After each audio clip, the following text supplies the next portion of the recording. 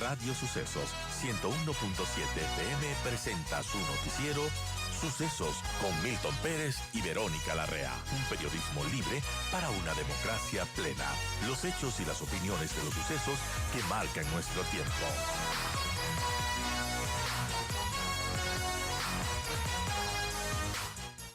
Estamos con Jorge Peñafiel, quien fue asambleísta de Construye en el último legislativo que ya se despidió. Ayer, tomó posesión la nueva Asamblea Nacional con sus autoridades y ¿qué nos puede comentar sobre cómo se despidió la Asamblea anterior y cómo empieza esta nueva? Muy buenos días, mi querida Berito. Un saludo a toda la gente que nos escucha, nos mira. Bueno, varios temas, ¿no? Creo que la asamblea que se despide deja algunos temas en el tintero y sobre todo deja, creo que, unos procesos que son fundamentales para el país. Claro. Uno de ellos, y creo que es el más importante en términos de urgencia, es el tema de las bases militares.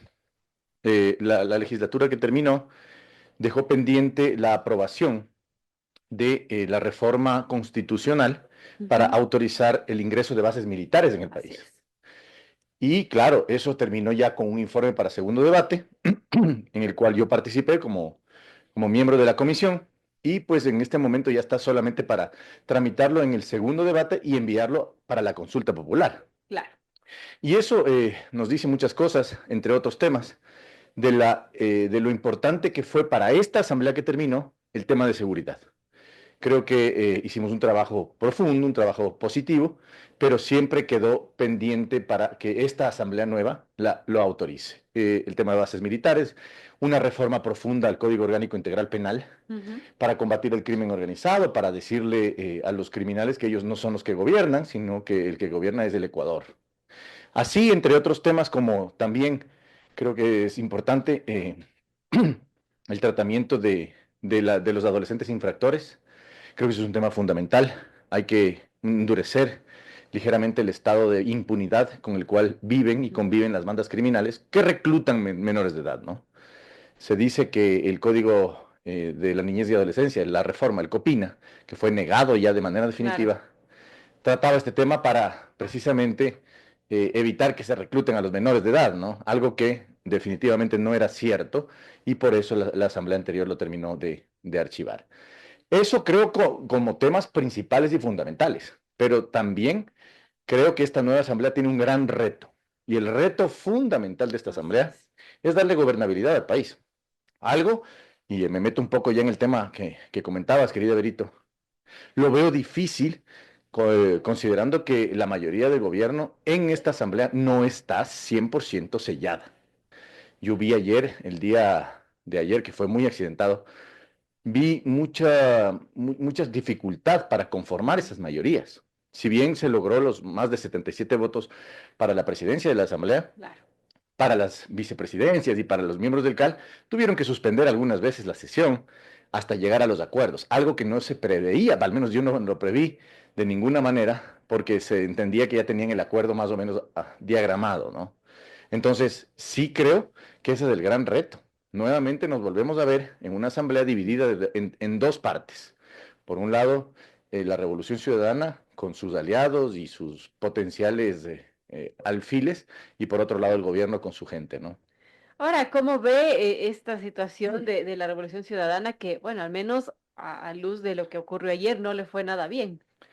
Bueno, yo creo que la Revolución Ciudadana está fragmentada y se notó el día de ayer con la pretensión que tenían ellos de hacer dos bancadas Claro, aunque para ellos decían tener. que era una estrategia, ¿no? Para tener otra vocalía en el CAL. Claro, pero eso no lo permite la ley, pues. Claro. Entonces, ante esa realidad, lo que fue, y que creo que actuaron bien la dirección de la Asamblea, es de no darles paso a esa conformación. Fragmentada en dos o hasta en tres pedazos, diría yo, la Ujú. Revolución Ciudadana, debido a que existe un grupo de gente que no es ni de RC ni de Reto fielmente, sino que son solamente aliados. Y allí podrían haber esos votos a favor del gobierno que el gobierno debería estar pensando en captar.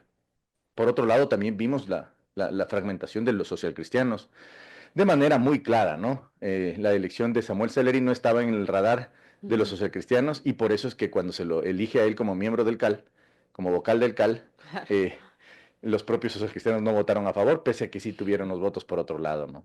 Entonces yo diría que va a ser una asamblea fragmentada por parte de varios sectores, el Sí. gobierno nacional también tiene que hacer algunos trabajos políticos, Pachacutic dividido en Y bueno, dos. habla de los 6 extraviados, Pachacuti, ¿no? Yo diría que más que extraviados, creo que están en discusiones internas para ver quién es de que Claro. verdaderamente va a liderar el indigenismo del Ecuador. Y sobre todo los sectores sociales que están siendo representados por parte de Pachacutic. Porque Pachacutic, paradójicamente, es incoherente que hayan firmado un acuerdo Claro. con la Revolución Ciudadana para las elecciones, pero en la Asamblea Nacional apenas son electos, se fragmentan para dividirse en dos, ¿no? Falta, yo creo que eso es lo que está en discusión internamente en Pachacuti, quién es el que verdaderamente va a liderar la CONAIE, quién va a liderar verdaderamente Pachacuti y quién va a tomar las decisiones, ¿no? Bueno, fue interesante lo que ocurrió ayer. Ahora, de cara a los pendientes que tiene ahora esta nueva Asamblea Nacional, ¿qué debería ser lo prioritario en el legislativo? Además de ya, bueno, elegir las autoridades de las comisiones, pero ¿con qué debería empezar? Lo primero, y que creo que a la gente le está ya causando necesidades urgentes de atender, es el tema de seguridad y empleo. No solamente desde la lógica del Ejecutivo, sino desde la lógica del Legislativo. Ya se deben acabar los vetos totales, se deben acabar ya estas formas de contradicción innecesaria y yo creo que hasta medio incoherente y absurda entre el Ejecutivo y el Legislativo. Necesitamos un país con norte y para eso se necesita del Ejecutivo en lo suyo y del Legislativo en lo suyo. Lo que no Claro. podemos ver y no entendemos todavía bien como miembros, digamos, de la sociedad política del Ecuador, Ujú. es que existen estas fragmentaciones que no terminan de decantar en uno u otro lado. Eso quiere decir que ya no vamos a tener una asamblea de mayorías móviles como sucedía en la época anterior, ¿no? Sobre todo la partidocracia y también Claro. un periodo del correísmo, sino que vamos a tener minorías móviles, porque tenemos dos grandes bloques y se van a disputar esos 4, 5, 7 votos que están en medio y ese va a ser el reto. Creo que ese va a ser el reto político y el reto de país para consolidar un proyecto único de país, porque ya no el país no puede seguir debatiéndose entre si queremos o no la ciudadanía universal, si queremos o no la niñez trans, sino que tenemos que decantarnos en una sola opción. Claro. Y esa opción en este momento le corresponde ya definir al gobierno nacional y a su bancada mayoritaria. Bueno, importante, hablamos con Jorge Peñafil, quien fue asambleísta de Construye de la asamblea anterior, que se despidió anteayer. Y bueno, ya tenemos nueva asamblea. ¿Cómo ve las autoridades que se eligieron? ¿Cómo ve a Nils Olsen, quien fue ministro de Turismo, ahora como presidente del Legislativo? Yo creo que lo veo positivamente. Yo creo que Nils Olsen, más allá de la persona y digamos, de quién es él, efectivamente, es lo que él está representando. Ujú. Eso quiere decir que ya no fue, como se decía, la mamá del presidente quien iba a liderar la Asamblea Nacional, lo que hubiera sido, digamos, al menos incómodo para la democracia. El hijo presidente y la madre presidenta de la Asamblea. Creo que ese elemento es fundamental Claro. señalar. Por tanto, creo que es positiva la elección de él. Las otras autoridades, personalmente conozco a algunos de ellos, no a todos, y creo que puede haber una buena oportunidad para al menos desterrar esa agenda de impunidad que vino sucediendo y que se pretendió ejercer durante el periodo anterior y que ha venido sucediendo desde el 2017 que el correísmo salió del poder. Ahora ellos buscan esos espacios de poder para seguir impulsando esas agendas de impunidad. Es positivo que las autoridades ya no sean de esa tendencia, ya no tengan ni siquiera presencia en las autoridades. Creo que ya es tiempo de virar la página y que la izquierda trabaje en sus cuadros, trabaje en sus proyectos, trabaje en sus propuestas para el país y ya se olvide definitivamente de pretender impulsar agendas de impunidad que nada le hacen bien al país. No nos olvidemos del intento de inclusión de un recurso de revisión con un requisito adicional para poder traer a los prófugos de la justicia en el periodo anterior. Algo que yo lo denuncié cuando leí el Sí. texto. Me di cuenta que había una intención de impulsar un recurso de revisión, un requisito adicional para traer a los prófugos. Esas agendas de impunidad, Mm. esos intentos de impunidad de los prófugos, de los sentenciados de este país, es lo que tiene que eliminarse, cambiarse y sacarlo directamente ya de la normativa jurídica, ¿no? Coincido con usted, Jorge. Ahora, viendo cómo está conformado el CAL, prácticamente es un CAL morado. Primer vocal del CAL, Sade Fritchi Naranjo, de ADN. quien también fue ministra de Daniel Noboa, segunda vocal del CAL, Samuel Celeri Gómez, que se separó del Partido Social Cristiano, me imagino que ahora estará afín a ADN, tercer vocal del CAL, Mónica Salazar, independiente, afín a ADN, y cuarto vocal, Steven Ordóñez, también Sur ADN, es decir, tenemos un CAL morado. ¿Qué podemos esperar cuando, bueno, el CAL prácticamente lo controla el oficialismo? Bueno, yo lo único que puedo decir es que esto ya sucedió. Y no nos olvidemos cuando el Así es, correísmo en el 2013 tuvo 100 asambleístas de 137. Y no solo controlaron el CAL, controlaron el 95% de las comisiones. Controlaron casi toda la dinámica y la agenda legislativa de principio a fin, con una presidencia de la Asamblea Nacional claro. que en principio lo manejó a inicios del correísmo el Corcho Cordero y luego fue Gabriela Rivadeneira. Es decir, esto ya sucedió y es paradójico que ahora quienes se quejan de esta situación sean los mismos que lo ejercieron antes, que fue precisamente el correísmo.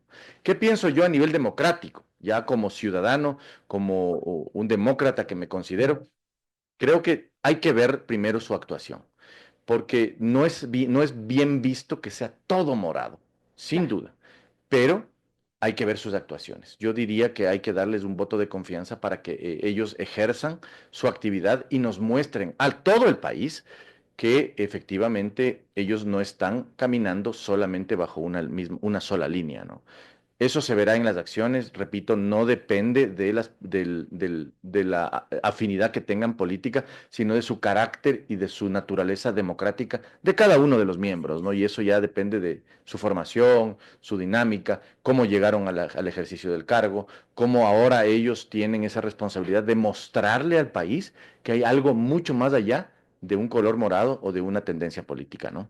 Por supuesto. Ahora, también hablando de temas de fiscalización y con la conformación de la Asamblea actualmente, parece que va a estar difícil fiscalizar al gobierno del presidente Noboa, a sus ministros. Yo creo que se anula de manera casi, no totalmente, pero casi total en torno al menos a los juicios políticos. Así es. Porque si bien pueden tener ellos una mayoría difícil de conformar en los 77 votos, la mayoría simple, la mayoría calificada, que es las dos terceras partes de la Asamblea Nacional, es imposible conseguirlas Claro. para una censura y destitución. Por tanto, fiscalización real, completa y total, Los no, ministros podrán sentirse blindados casi. al menos si es que Ujú. ellos siguen la línea del gobierno nacional, la línea directa del presidente de la República, eso va a estar blindado. No va a haber una fiscalización completa, al menos estos 2 primeros años, Así lo es. cual es un riesgo, pero al mismo tiempo es una oportunidad. Ujú. ¿Por qué? Porque el gobierno va a tener todas las herramientas y todas las posibilidades reales de ejercer su plan de trabajo. O sea, ya en este momento le corresponde al presidente de la República rodearse de muy buenos actores políticos, técnicos, sobre todo técnicos, para poder desarrollar esas necesidades urgentes. Electricidad, energía, inversión, empleo, poder generarle esa tranquilidad al sector privado para poder invertir y que de esa manera se generen los empleos necesarios. Y lo propio desde las políticas públicas, poder ejercer, ahora sí, sin ningún tipo de barrera, esas políticas públicas para llegar a la gente, para llegar a las necesidades que tanto, digamos, apremian, ¿no? En este momento, las necesidades de nuestro pueblo, las necesidades de la gente de a pie, de esa Así es. señora tendera, de ese señor mecánico, de ese señor transportista, de los periodistas, de los empresarios, de los estudiantes, que ya en este momento no hay excusas y necesitamos caminar, caminar y caminar con el gobierno que en este momento el país ha elegido y con una asamblea que está también del lado oficialista, al menos hasta ahora que hemos visto Así con esa es. mayoría conformada ayer. Bueno, mucha expectativa de lo que pueda hacer el presidente ahora con el nuevo legislativo que tiene, claro, tiene de su lado esta situación el legislativo. Ya no tendrá pretextos, Jorge, para decir, bueno, la asamblea me está bloqueando. Ahora sí ya no puede culparlo. Sí, no podrá culparle, pero repito, hay un trabajo político que hacer para conformar y solidificar esa mayoría de la Asamblea Claro. Nacional, ¿no? No nos olvidemos que ayer les costó conformar la mayoría para otras dignidades que no sea la presidencia de la Asamblea. Y eso dice mucho de que posiblemente el camino entonces sí pueda ser la Asamblea Constituyente. Porque si vemos que se le empieza a ser difícil al presidente conformar esa mayoría o solidificarla, digamos, sí puede ser que se justifique la necesidad de una asamblea constituyente, no solo porque no tenga la mayoría, sino porque necesita las herramientas jurídicas constitucionales que le permitan desarrollar el país. Yo creo que ahí hay un tema fundamental en la Constitución con el tema de sectores estratégicos, con el tema de la parte dogmática incluso de la Constitución, el tema de la niñez trans, el tema de la ciudadanía universal, el tema de las bases militares. Es decir, hay algo... ¿Eso no sería más práctico hacerlo vía reforma a la Constitución o bien A ver, mixta? lo adjetivo, lo que es de operación de la Asamblea Nacional, perdón, de la Constitución, eso sí se puede hacer por reforma. La eliminación del Consejo de Participación Ciudadana, del Consejo de la Judicatura, la conformación, digamos, de la ingeniería misma de la Constitución, sí se puede hacer vía reforma. Claro. Lo que no se puede hacer, y hay que decirlo con claridad, es lo dogmático. La niñez trans, por ejemplo, que si bien en la Constitución no está exactamente plasmado, pero le permitió a la Corte Constitucional interpretarla para permitirla, algo que es absolutamente inviable, incoherente, creo que eso tiene que ser cambiado, ¿no? Lo propio la ciudadanía universal, que se considera regresiva de derechos y que por eso se tiene que justificar o se podría justificar la Asamblea Constituyente. Algo que tenemos que parar. No puede ser que en el Ecuador pueda llegar cualquier persona a ser ciudadano universal del país y también del mundo y hacer lo que quiera. Claro. Así nos llegaron todas las mafias. Nos llegó la mafia albanesa, nos llegaron las mafias de Medio Oriente, nos llegaron ciudadanos que no son precisamente ciudadanos de bien. Y eso hay que eliminarlo. Hay que eliminarlo y solamente, y eso sí, solamente se puede hacer con Asamblea Constituyente. Yo soy partidario de la Asamblea Constituyente. Yo sí creo. Un riesgo, quizás puede ser este remedio peor que la enfermedad y que nos salga algo peor o que se metan grupos políticos que no Siempre, quisiéramos para controlar este proceso. siempre hay riesgos, Verónica. Siempre hay riesgos. En todo tipo de cambio político, siempre hay riesgos. Hay gente que justifica que no se haga la Asamblea Constituyente porque va a detener la economía. Y yo me pregunto, ¿desde hace cuántos años la economía no se ha movido? Pues, ¿desde hace cuántos años? Y creo que 1 o 2 años más no le va a cambiar la dinámica a los últimos 10, 15 y hasta 20 años en donde la economía ha estado parqueada, en donde el sector privado ha tenido imposibilidad de ejercer su actividad libremente, en donde el único motor de la economía fue el Estado. Ese tipo de visiones son las que tenemos que cambiar. No podemos haber nadado tanto desde la Constitución del 2008 para desmontarla, para ahogarnos en la orilla en este momento. Personalmente yo creo que sí vale la pena tomar el riesgo. ¿Por qué? Porque el gobierno nacional tiene los números, el gobierno nacional tiene el apoyo, tiene ese envión de las elecciones y además tiene la posibilidad de verdaderamente hacer un cambio en el país, cambiar esa constitución socialista, esa constitución chavista, por una constitución de vanguardia, en donde se respeten los derechos, claro que sí, en donde incluso se desarrollen más, pero sí dejar claro que el país es un Estado liberal, de mercado social. Muy lógico, claro que sí, pero no dejar en duda estos elementos. Y ahí tienes el tema de los sectores estratégicos, por fin quitarles el monopolio del Estado. Tienes el tema de la niñez trans, que ya lo mencioné, y lo propio de las bases militares, lo propio de la ciudadanía universal y varios otros elementos que creo son fundamentales para cambiar ahora sí la Que no dinámica, hemos ¿no? topado el famoso Consejo de Participación Ciudadana. ¿Qué se podría hacer con eso? Ese es un bodrio de la democracia. Eso es verdaderamente un aborto de la decencia institucional del Ecuador. Yo personalmente, y lo he dicho, personalmente creo que eso tiene que ser eliminado de raíz. Todas las facultades del Consejo de Participación Ciudadana pueden asumir las otras instituciones. La fiscalización, la Asamblea. La designación de las autoridades, la Asamblea Nacional.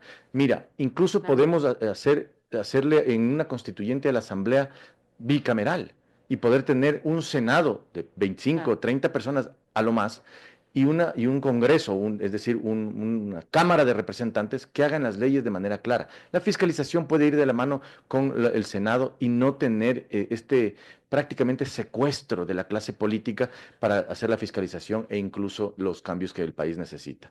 Es decir, creo que necesitamos profundizar los cambios, profundizar, porque un remiendo de la Constitución, adicional al que ya ha tenido, a los que ya ha tenido, lo único que nos va a traer es, créame, mantener el estado de las cosas, evitar y todavía impedir que la inversión extranjera entre de manera clara y directa. No tenemos inversión extranjera, es muy, muy marginal en comparación con Colombia, con Perú, con Colombia, que tiene un gobierno socialista, pero el status quo institucional y la Constitución sí lo permiten, lo que le da seguridad jurídica. Además de que ya el país cambió. Y creo que también eso es una realidad. El correísmo es la primera vez desde que existe, que no es la primera fuerza política en la Asamblea Así Nacional. es. Y eso es un elemento, créanme, ciudadanos, que hay que señalarlo. Es positivo para el país.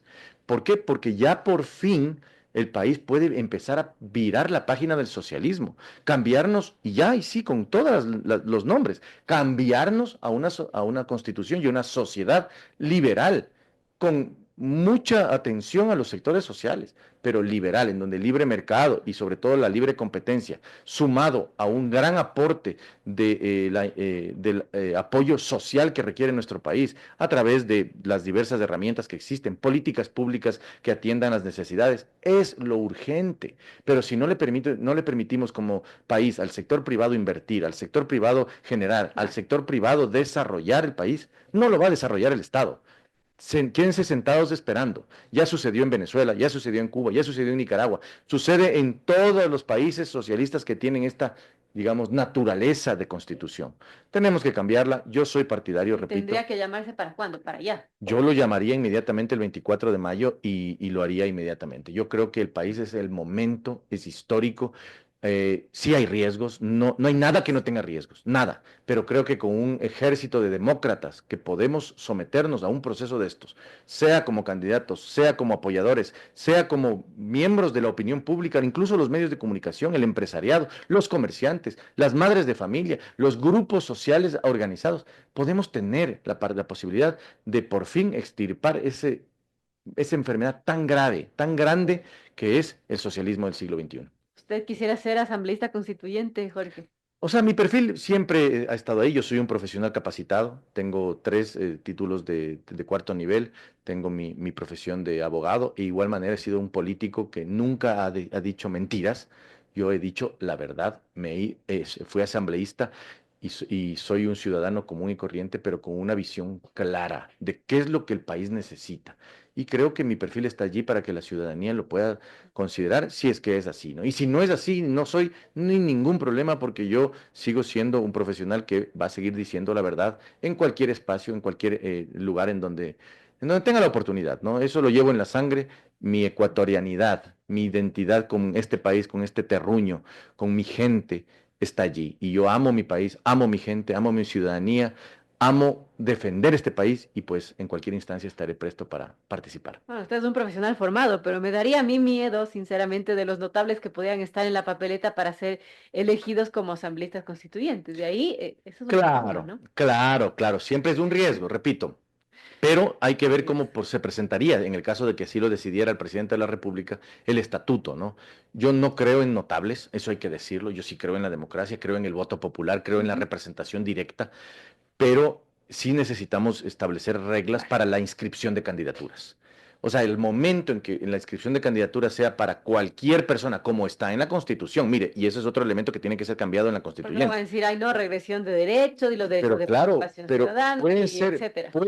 incluso puede ser considerado regresivo de derechos y por eso se justifica la Asamblea Constituyente. Claro, Pero no podemos tener asambleístas que no saben leer ni escribir, no podemos tener así asambleístas es. que solamente van allá porque han sido influencers.